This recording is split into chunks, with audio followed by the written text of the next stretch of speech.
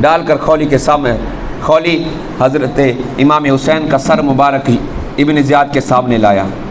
اب ابن زیاد اپنی مسند پہ بیٹھا ہوا ہے اور دربار لگا ہوا ہے، اس بدبخت لعین کے ہاتھ میں ایک چھڑی ہے، اس نے وہ چھڑی حضرت امام حسین رضی اللہ تعالی عنہ کے مبارک لبوں پہ لگائی، تو دربار میں موجود حضرت محمد مصطفیٰ صلی اللہ علیہ وآلہ وسلم کے صحابی حضرت زید بن ارقم موجود تھے۔ ابن زیاد کی یہ حرکت دیکھ کر برداشت نہ کر سکے، بولے او ظالم، خدا کی تجھ پہ مار ہو، چھڑی ہٹا لے، خدا کی قسم میں نے دیکھا ہے محمد مصطفیٰ صلی اللہ علیہ وآلہ وسلم کو کہ ان ہونٹوں کو وہ چوس رہے تھے، میں نے دیکھا ہے نبی پاک صلی اللہ علیہ وآلہ وسلم کو، ان ہونٹوں کو میرے نبی چوما کرتے تھے۔ اب بدبخت لعین، حسین کو شہید کرنے کے بعد بھی تیری ابھی تک عداوت ختم نہیں ہوئی، خدا تیرے ہاتھ توڑ دے، خدا تجھے فنا کر دے۔ ابن زیاد نے جب یہ بات سنی تو کہنے لگا کہ اے زید، تم بوڑھے ہو گئے ہو، سٹھیا گئے ہو، اگر تیرے بڑھاپے کا مجھے خیال نہ ہوتا تو میں تیری گردن اڑا دیتا۔ حضرت زید بن ارقم یہ بات سن کر اس محفل سے اٹھ کر چلے گئے اور کہا کہ اے کوفے والو، آج کے بعد تم غلام ہو، تم نے زہرا کے لال کو قتل کیا اور ابن مرجانہ ابن زیاد کو حاکم بنایا، جو تمہارے نیکوں کو قتل کرتا ہے اور شریروں کو زندہ رکھتا ہے، تم نے ذلت کو پسند کیا ہے، خدا تمہیں غارت کرے۔ یہ بات کر کے حضرت زید بن ارقم وہاں سے اس دربار سے باہر چلے گئے۔ ابن زیاد کی نظر جناب حضرت امام زین العابدین رضی اللہ تعالی عنہ کی طرف پڑی اور کہا کہ اسے کیوں زندہ چھوڑ دیا ہے؟ تو جناب زینب سلام اللہ علیہ نے فرمایا کہ آل نبی میں سے فقط کربلا کے میدان میں یہی بچا ہے۔ اللہ اکبر۔ اور حضرت زینب نے جواب دیا کہ بے شک میرے بھائی حسین اور ان کی آل اور ان کے اصحاب کی شہادت مقدر ہو چکی، وہ مقتل میں تشریف لائے، مگر ان قریب داور محشر کے حضور وہ تم سے ضرور انصاف طلب کریں گے۔ اللہ اکبر، اللہ اکبر کبیرہ، حمدن کثیرن کثیرن کثیرن کثیرہ۔ ابن زیاد کے حکم سے ان سروں کو کوفے کے بازاروں میں پھرایا گیا۔ ابن عساکر کی ایک روایت ہے کہ جب امام حسین اور آپ کے رفقا کے سروں کو نیزوں پہ بلند کر کے کوفے کے بازار سے گھمایا جا رہا تھا، گزارا جا رہا تھا، تو ایک گھر سے، اس گھر کی چھت سے ایک شخص کے قرآن پاک پڑھنے کی آواز آ رہی تھی، وہ سورہ کہف کی تلاوت کر رہا تھا۔ ام حسبت ان اصحاب الکہف والرقیم کانوا من آیاتنا عجبا، کہ اصحاب کہف کا قصہ کتنا عجیب ہے۔ تو حضرت امام حسین رضی اللہ تعالی عنہ کے سر مبارک سے آواز ہے، ان قتل الحسین کان منہ عجبا۔ اے اصحاب کہف کا قصہ پڑھنے والے، اے قرآن کی تلاوت کرنے والے، حسین کا قتل اس سے بھی عجیب ہے کہ سر تن سے جدا ہے اور پھر بھی نیزے پہ سوار ہو کر رب کے قرآن کی تلاوت کر رہا ہے۔ اور ایک روایت میں ہے کہ سر مبارک سے آواز ہے، اعجب من اصحاب الکہف قتلی و حملی، کہ میرا قتل اور نیزے پہ سوار ہونا اس سے بھی عجیب تر ہے جو تم اصحاب کہف کا قصہ پڑھ رہے ہو۔ اللہ اکبر۔ کوفے سے پھر اس لشکر کو دمشق کی طرف بھیجا گیا۔ راستے میں کئی ایسی کرامات حضرت امام حسین رضی اللہ تعالیٰ عنہ کے سر مبارک سے وقوع پذیر ہوئی جو کتب کثیرہ میں موجود ہے۔ راستے میں ایک جگہ پہ قافلے نے پڑاؤ کیا، چھوٹا سا وہ شہر تھا، تو شہر میں رہنے والی ایک ایسی بی بی جو اپنی جوانی میں حضرت فاطمہ الزہرا رضی اللہ تعالی عنہا کی خادمہ رہ چکی تھی، جب اس کی شادی ہوئی اور اس شہر میں وہ آئی تو جناب فاطمہ الزہرا رضی اللہ تعالی عنہا نے انہیں فرمایا تھا کہ بیٹا جس شہر میں تم جا رہی ہو کبھی وقت آئے گا کہ اس شہر سے میرے بچے گزریں گے، پیاسے ہوں گے، ایک قافلے کی صورت میں ہوں گے، ان کی داد رسی کرنا، انہیں پانی پلانا، انہیں کھانا کھلانا۔ خاتمہ فاطمہ الزہرا رضی اللہ تعالیٰ جب سے وہاں آئی تھی تب سے کوئی بھی قافلہ وہاں سے گزرتا تو اس کا یہ معمول تھا کہ ان قافلے والوں کو وہ پانی بھی پہنچاتی تھی، ان کو کھانا بھی کھلاتی تھی۔ اسے جب پتہ چلا کہ ایک قافلہ ہے اور وہ مسافر ہیں اور ان کے مردوں کے سروں کو کاٹ کے نیزوں پہ بلند کیا گیا ہے. باپردہ بیویاں ساتھ ہیں لیکن ان کے سروں پہ چادریں نہیں ہیں. وہ عورت وہ خاتمہ فاطمہ الزہرا رضی اللہ تعالی عنہ کھانا اور پانی لے کر وہاں گئی. جناب فضہ سے اس کی ملاقات ہوئی اور کہا کہ میں ملنا چاہتی ہوں اس قافلے کے اس ہستی سے جو اس قافلے کو لے کے چل رہی ہے. جناب فضہ حضرت زینب سلام اللہ علیہ کے پاس اس عورت کو لے کر گئی. جناب زینب سے اس کی باتیں ہوئیں. باتوں باتوں میں اس نے کہا کہ میں نے یہ معمول بنایا ہوا ہے کہ سیدہ فاطمہ الزہرا رضی اللہ تعالی عنہا نے مجھے کہا تھا کہ اس راستے سے میرے جگر گوشے میرے دل کے پارے گزریں گے. اس بات پہ اس حکم پہ عمل کرتے ہوئے میں پانی بھی پہنچاتی ہوں, میں کھانا بھی لے آتی ہوں. تو سیدہ زینب سلام اللہ علیہا نے اسے دیکھا تو پہچان گئی. جناب زینب نے پوچھا جب تم جناب فاطمہ الزہرا رضی اللہ تعالی عنہا کے پاس خدمت میں مامور تھی تو ان کے پاس کون کون تھا؟ تو اس عورت نے کہا کہ جناب فاطمہ الزہرا رضی اللہ تعالی عنہا کے 2 بیٹے حسن اور حسین تھے اور ان کی گود میں جناب سیدہ زینب سلام اللہ علیہا ان کی شیرخوار بچی تھی. تو جناب سیدہ زینب سلام اللہ علیہا نے کہا کہ اماں جس کی تو خادمہ تھی وہ میری سیدہ فاطمہ الزہرا ماں تھی. تو اس عورت نے کہا کہ ہے مجھ سے اس طرح کا مذاق نہ کر, وہ تو جنتی عورتوں کی سردار تھی. وہ سیدہ محمد مصطفیٰ صلی اللہ علیہ وآلہ وسلم جس نبی کا ہم کلمہ پڑھتے ہیں ان کا جگر گوشہ تھی. ان کے بیٹے جنتی نوجوانوں کے سردار حسن اور حسین تھے. اور وہ جو پالکی میں شیرخوار بچی زینب تھی جو کہتی ہے کہ میں ہوں, وہ تو نورانی شخصیت تھی. یہ کیسے ہو سکتا ہے کہ ایک اجڑا ہوا قافلہ بے گور و کفن جن کے لاشیں جن کے سروں کو نیزوں پہ لٹکایا گیا ہو آل محمد ہو آل حسین ہو, میں نہیں مانتی. تو سیدہ طیبہ طاہرہ زینب سلام اللہ علیہ نے فرمایا اماں ہم وہی ہیں. وہ سروں نیزوں پہ دیکھو جو سب سے بلند نیزہ تجھے نظر آ رہا ہے, اس پہ میرے بھائی حسین کا سر ہے, اس کے ساتھ علی اکبر کا سر ہے, قاسم کا سر ہے, میرے ہون اور محمد کے سر ہے. اللہ اکبر کبیرہ حمدن کثیرن کثیرن کثیرہ. نوجوانوں آل محمد پہ فقط کرب و بلا کے میدان میں ظلم و ستم نہیں ہوا بلکہ یزید کے حکم پر ابن زیاد, ابن سعد, خولی, شمر, ذوالجوشن جیسے پلیتوں نے ان کے شہادت کے بعد بھی ان کی بے حرمتیاں کی, آل نبی کو ستایا. کرب و بلا سے کوفہ اور کوفہ سے دمشق تک جو رداد جو واقعات ان کے ساتھ ہوئے کتابوں میں موجود ہیں. دعا کریں کہ رب تبارک و تعالی ہمیں آل محمد کے ساتھ سچی محبت, مودت اور عقیدت عطا فرمائے.